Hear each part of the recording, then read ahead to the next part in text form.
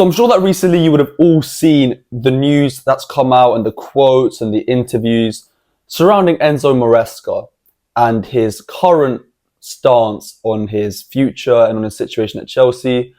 Now, look, we've been hearing a lot of rumours and we're going to cover them all, or most of them, the ones that are worth covering today.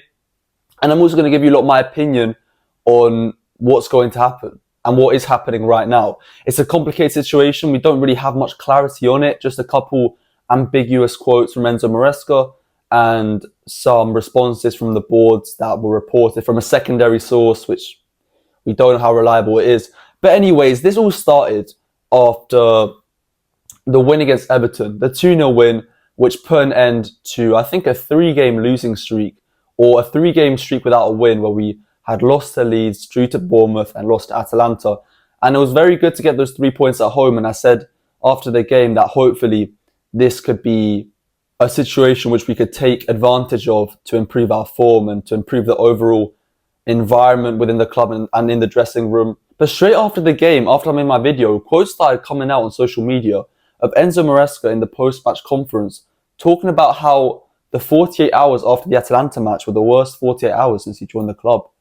And then when he was asked, why were they so bad, he said that he didn't feel support.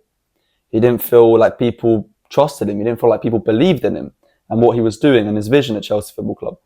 So, of course, naturally, at first you think, oh, it's because the fans have turned on him. Of course, us fans can be very reactionary sometimes. We lose 1 game or 2 games and we're calling for managers' heads, and a lot of people will send abuse as well and take it too far. So, naturally, we all thought it was the fans. But then he cleared up that it was not the fans. The fans have always been great. He said something along those lines. The fans, he's never had a problem with the fans.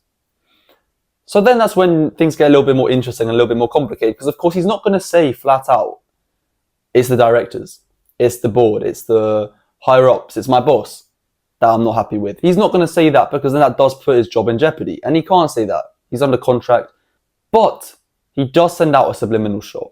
And do I think he was talking about the board? Yes, I do. Why he was talking about the board and why specifically in the last 48 hours, I'm not so sure. But I honestly don't think it was a last 48 hours kind of thing. I think it was a build-up of a lot of certain events, some that we know about, some that we may not know about, that were behind closed doors, which led to Enzo Maresca saying, all right, I've just lost to Atalanta 3 in a row, or 3 in a row without a win. We're in a tough situation, and maybe something happened in a conversation where he just felt as though, all right, lads, this is it. You're taking the piss now. Like, come on. I've won 2 trophies at the club. We're in the semi-final of a Carabao Cup. Give me time and give me space and give me trust, most importantly. But the reason why I don't think it started in the last 48 hours is because, let's be real, Enzo Maresca has been crying out since last summer, or during last summer, during the transfer window, for a centre-back. He's been crying out for a lot of things. And the board, it seems as though they have a different vision to Enzo Maresca sometimes. And it's sort of what happened with Tuchel. We know how that ended. And that's what worried me most. When it seems as though an owner and this board have differing opinions, which seems to happen a lot, it feels as though that's where the connection and the relationship terminates. However, I think it was specifically about the centre-back situation, where Cole, of course, got injured towards the end of the window. And instead of going out for a centre-back, the board just decided to trust the rotation that we had and go for Buonanotte on loan instead. So, and Garnacho as well. So I suspect that Enzo Maresca was not too happy about that, because now he's gone into a season without his best centre-back from last year, with 2 centre-backs in Badiashile and Fofana, who are very injury-prone, so also a risk there. With, let's be honest, guys, the only reliable centre-back being Chalobah, and even he was supposed to get shipped off last year, and we only brought him back because of an emergency, and he's turned out to be very good. But out of the centre-backs that we should be having, we didn't really have much options there to compete. I'm not going to lie, we didn't have much options to compete. Now, we brought in Hato, but let's be honest, guys, is he ready? And then Ashampong from the academy has had to step up as well. So it hasn't turned out awfully, but still, guys, we've seen it throughout the season, especially against Leeds United, when we had to play Tosin because we had to rest the other guys, that we are punished for it. Because, all respect to Tosin, and I've liked Tosin a lot at times. I think he was very solid last year. He I don't think is a centre-back that we can challenge for titles with. And that's fine. We sign him on a free to fill up the numbers, and that's good. But when he's starting in games which you have to win, and we're losing and we're dropping points because of him and because of other players as well, that shouldn't be there, or maybe haven't had the performances to be there. It's natural that Enzo Maresca gets frustrated when that was a very avoidable issue. You could have just gone out and signed a more proven centre-back, a more solid centre-back, a Prem talent centre-back that you can at least trust and rely on to fill in or start in some cases in the league in big games.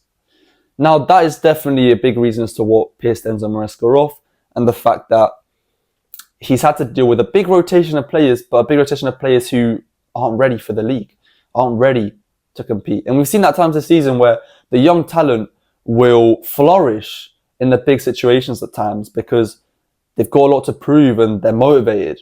But sometimes, funny enough, it's the games where you should win, like a Leeds away, that are still tough.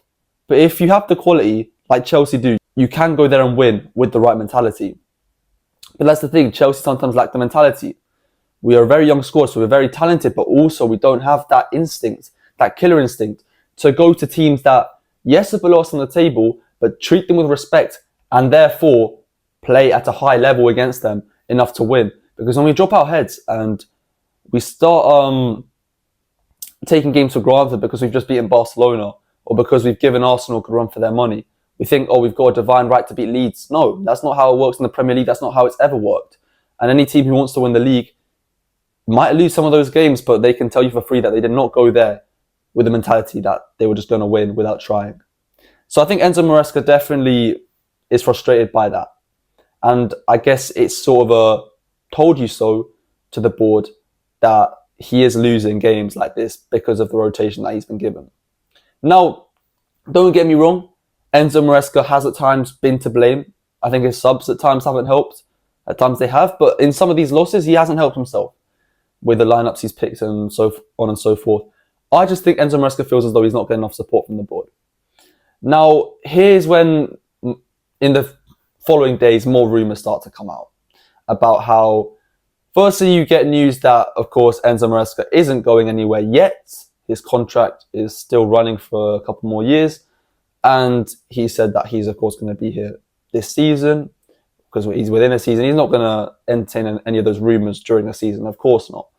And the board, of course, also come out that they are trusting him, they are backing him fully. But, of course, all this is happening during the season. So to preserve the atmosphere, to preserve the dressing room and the fan base and not make everything crumble and go to shit, of course you have to back whoever's in charge when you're doing well. Because Chelsea, to be honest, we're doing well. Like, we're not doing great. We're not doing as expected. I think we're doing a bit below expectation, but we're doing well. We're in the top four.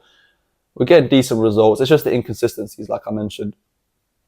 But the rumours that really started to confuse me were the Man City ones, because these were rumours coming out from top sources, talking about how Man City have Enzo Maresca high on their list of potential Pep Guardiola replacements. And of course, they know Enzo Maresca very well.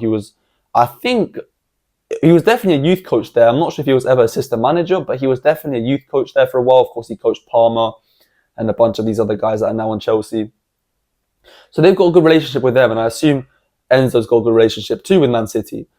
And of course, Pep Guardiola, who worked with Enzo Maresca, or saw Enzo Maresca work a lot, will be putting in a good word for him to Man City if he was to have to give a suggestion for his replacement when that eventually comes. Now, I don't think Pep's retiring anytime soon or leaving City anytime soon. I think there are always rumours about it coming, and I think the guy's just too passionate about the game. I think he's just got too much of a love for it and for winning trophies, and I don't think he's done yet. But the time might eventually come. But I don't think right now that's the biggest threat. But there were also rumours on Juventus as well. So there are rumours coming out. And then also you get the news that Enzo Maresca changes his agent to, I think, Jorge Mendes, which of course is going to give him a lot of connections to other clubs in the world and other opportunities. But I honestly think that all this is mental games from Enzo Maresca, and it's sort of genius. Because I don't think Enzo Maresca wants to leave Chelsea. I don't think Enzo Maresca wants to start over. I think he's happy at Chelsea now and he's happy to commit to this project. However, he also backs himself as a manager. He knows he's got quality. He knows that he's the reason as to why we are back in respected conversations and we're not getting clowned at like we were under Potter and at times under Pochettino. He's the reason for that. And he wants to get credit. He wants to get respect from the board. And respect in Maresca's sense is not necessarily giving him a pay rise or a bonus. For him, it's getting the trust from the board to make sacrifices in their own vision to compromise with Maresca's ideology. So I think Maresca's done this to show that, look guys, I'm a good manager. I respect myself. I know my ability as a coach, and so do other clubs. Man City, Juventus, they may not be actively trying to contract me right now. However, I would be fine without you lot. It's you lot that have to make a choice. Do you want to commit to me? Do you want to make a compromise with me in the long term so that we can make this project work or not? I think that's all it is. I think that's all it is. So I don't think I or we as Chelsea fans should worry about Enzo Maresca leaving the club today, tomorrow, or anytime soon. I just think what is true is that there are differences within the manager and the board, and that is natural. But it can also be dangerous, and it can also spiral if both sides are too stubborn. So I hope that's not the case. I hope the board does recognise that they have made mistakes, and that Enzo Maresca also realises that he's made mistakes. But they both understand that without each other, they will not be able to work as well as they want to work. So that's why you need to make compromises and sacrifices to for the betterment of the team. So overall, is Maresca leaving? No, not in my opinion. Although at times, there are some of these rumours and some of these briefs have felt as though it's going in the direction of scapegoating Maresca, and Maresca's maybe pushing the boundaries, and it's all a little bit too Thomas Tuchel-y for my liking, and that's still very recent in my memory.